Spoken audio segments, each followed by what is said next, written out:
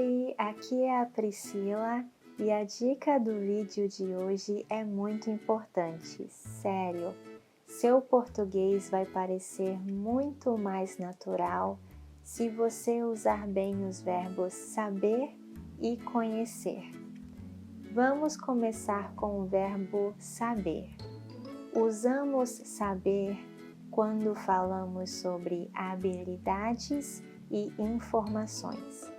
Então, alguns exemplos com habilidades. Eu sei falar português fluentemente. Você sabe andar de bicicleta? Agora, alguns exemplos com informações. Caramba, você sabe tudo sobre computadores. Ele não sabe onde o controle remoto está. Então, tenha em mente informações e habilidades, saber, ok? Antes de continuar, se inscreva e ative o sininho para receber mais vídeos como este, ok? Mas faz agora para você não esquecer depois. Obrigada! Agora o verbo conhecer. Usamos conhecer principalmente para falar sobre pessoas ou lugares.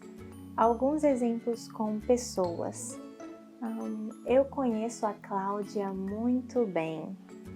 Você conhece o Lucas, ele é teimoso. Agora, alguns exemplos com lugares. Eu quero conhecer o Rio de Janeiro no próximo ano. Eu conheço as lindas praias de Salvador.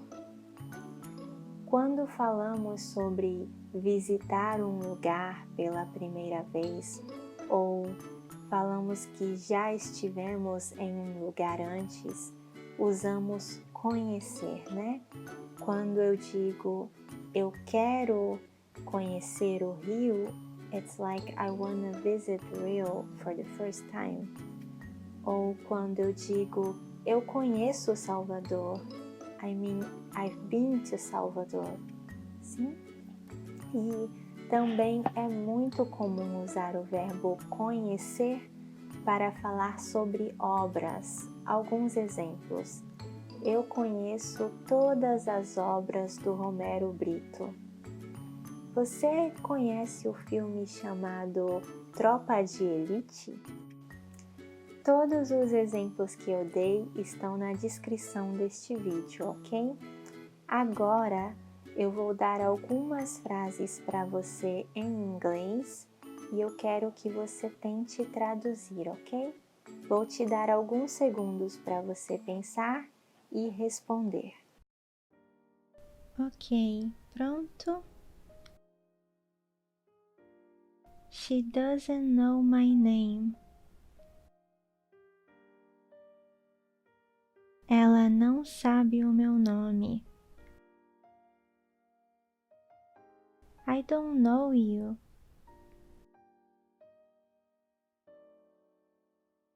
Eu não conheço você. We know everything about this project. Nós sabemos tudo sobre este projeto. I know where you are.